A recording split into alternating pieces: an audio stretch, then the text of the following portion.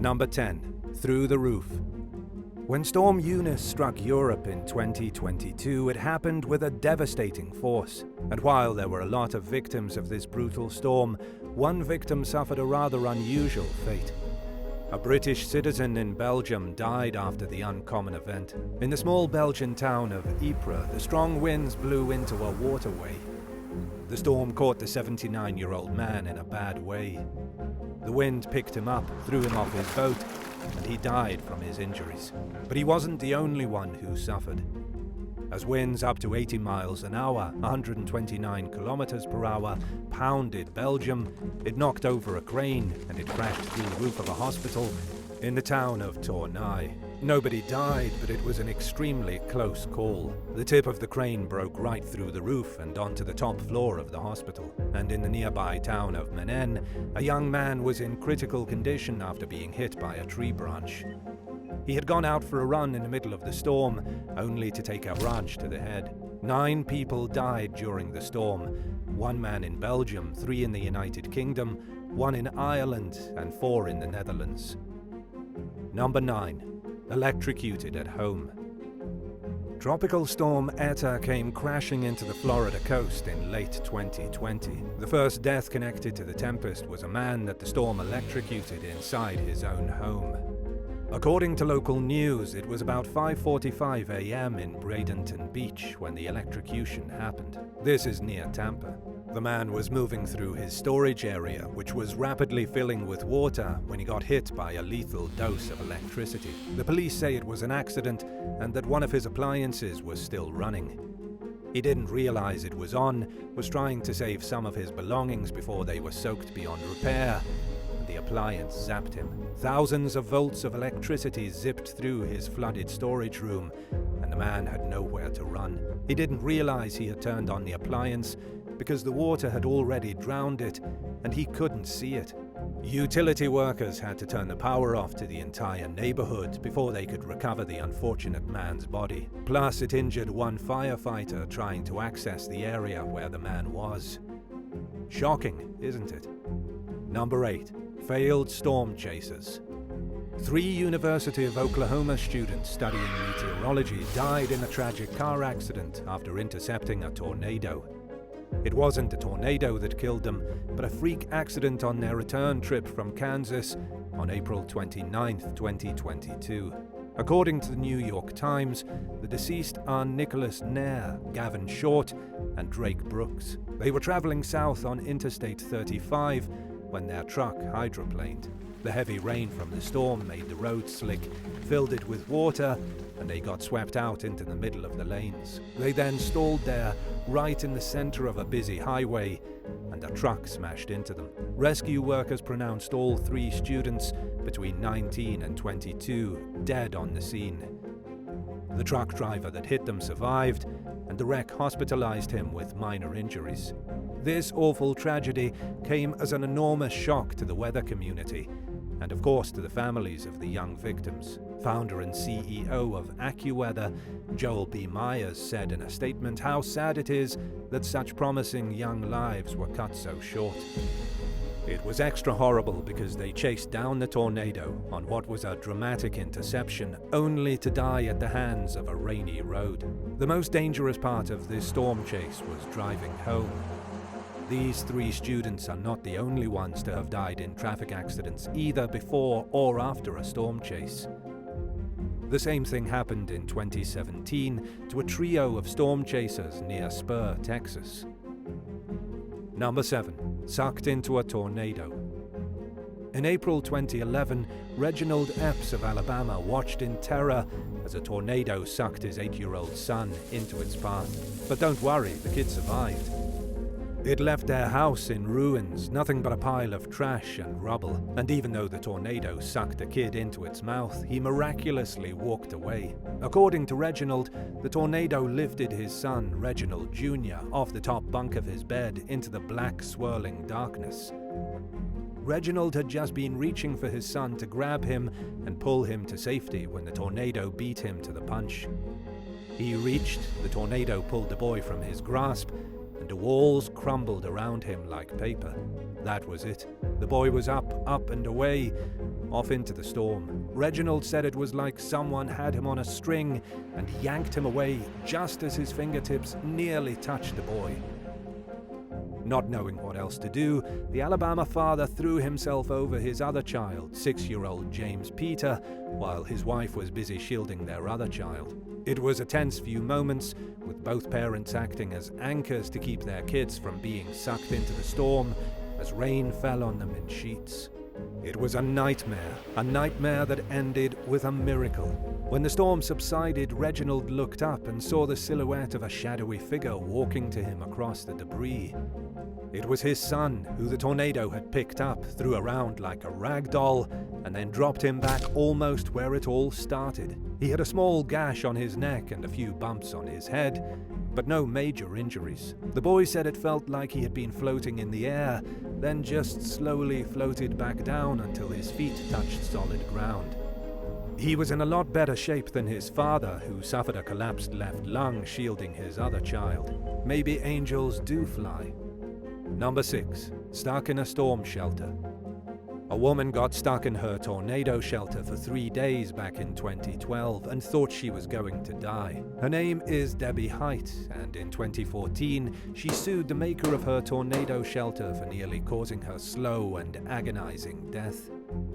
Debbie thought she was so close to death that she used her fake nails to scrawl a farewell message to her family in case she was dead by the time anyone found her. It all happened on a Friday night during an intense storm. Debbie ran into her flat-safe tornado shelter. It worked like a charm, and then the storm eventually ended. But when she tried to climb out of her shelter, something had jammed the door. She was stuck underground near her house in Edmond, Oklahoma, and nobody was coming for her. She ended up being down there for 56 hours. Debbie thought she would starve to death in the dark. It was lucky the storm happened on a Friday, because when she didn't show up for work on Monday, one of her colleagues was worried and went to investigate. He found her down there shriveled and starving and helped her out into the light. Number 5. Irony in Louisiana. In 2016, a flood destroyed the home of a Christian lobbyist. This wouldn't be big news except for the fact the lobbyist had recently preached that God only sends natural disasters to punish people who aren't straight. His name is Tony Perkins, and a flood of biblical proportions hit his house in Louisiana. Tony is the president of the Christian group Family Research Council and has been pretty loud through the years about his stance on human sexuality. The record-breaking flood devastated Louisiana, but seemed to hit Tony's house with certain unmistakable rancor. Not a single piece of it was left, and he and his family had to move into an RV. In the end, the religious zealot suffered a most ironic disaster. He told everyone storms only punish sinners, and yet he ended up being carried away in a flood. Where's your ark now? Number 4. Fallen tree. When a major storm swept through Arkansas in April 2022, one woman was unluckier than most. The severe weather outbreak had already been going on for days, spawning deadly tornadoes and creating monster winds. There was hail falling from the sky, and huge chunks of the central and southern US were in turmoil. The victim in Arkansas was sitting on her couch at 4:30 p.m., waiting for the wind to die down. This was in the small town of Rison. Sadly, she never got off that couch. A tree toppled over, broke through her house, and then pinned her to the very couch she was sitting on. She died right there on the sofa, crushed to death by Mother Nature. It was an untimely and horrible way to go, and others through the region were also suffering the effects of the storm. It injured 23 people in the Texas town of Salado when the winds hit an incredible 165 miles an hour, 266 kilometers per hour. The storm was so big and so vast that residents also had tornadoes in Iowa and Minnesota. Number 3. The solar storm. For the past 3 years, SpaceX has been busy sending thousands and thousands of satellites into space, where they orbit Earth to deliver high-speed internet to all the humans from above. But when they deployed 49 new satellites on February 3, 2022, things didn't go as planned. A freak outburst from the sun created a geomagnetic storm which knocked 40 of the 49 Starlink satellites out of commission. The solar storm damaged them so severely that even after they re-entered Earth's atmosphere, there was nothing SpaceX could do but light them up. And although I called it a freak outburst, it happens all the time. Earth isn't the only place plagued by brutal storms. Tech companies have been struggling with a way to provide internet from space because solar outbursts are so frequent they destroy the technology. And to make things worse, the sun is ramping up to its hyperactive peak period in 2025, when the sun will be at its stormiest.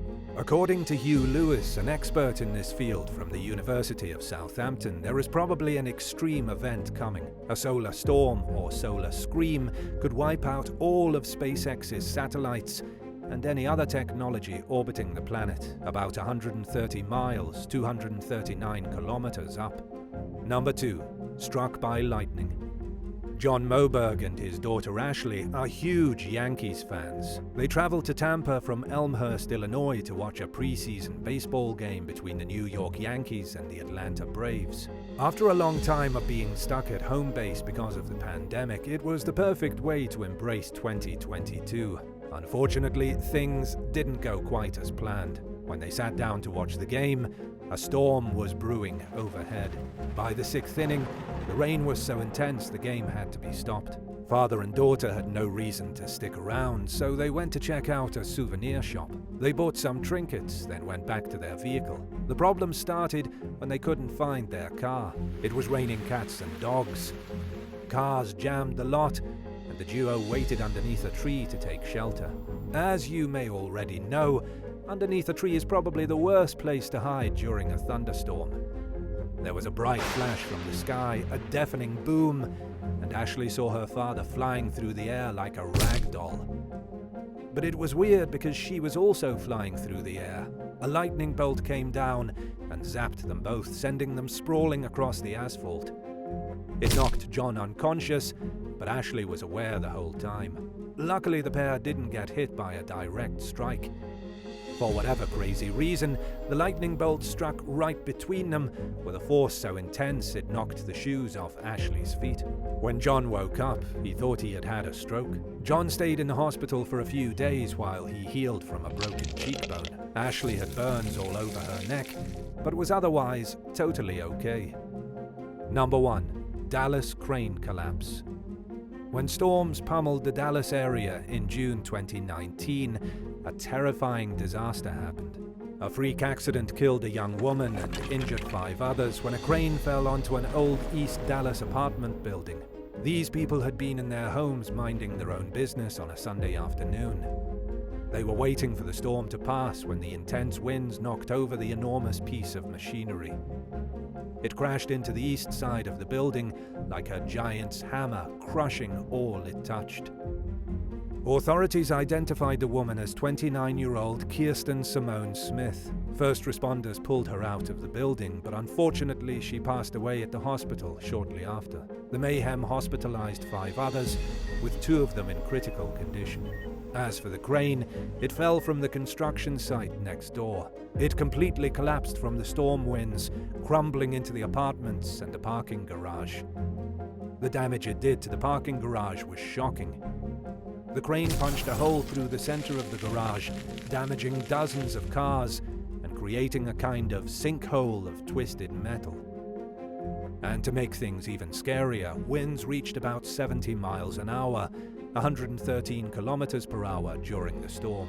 All those huge cranes you see operating in any city in the country, any of them could fall in heavy winds, taking the neighboring buildings down with them. Would you rather be caught out in a lightning storm or trapped by floodwaters? Which natural disaster terrifies you the most? Let me know in the comments, and thank you for watching today's video.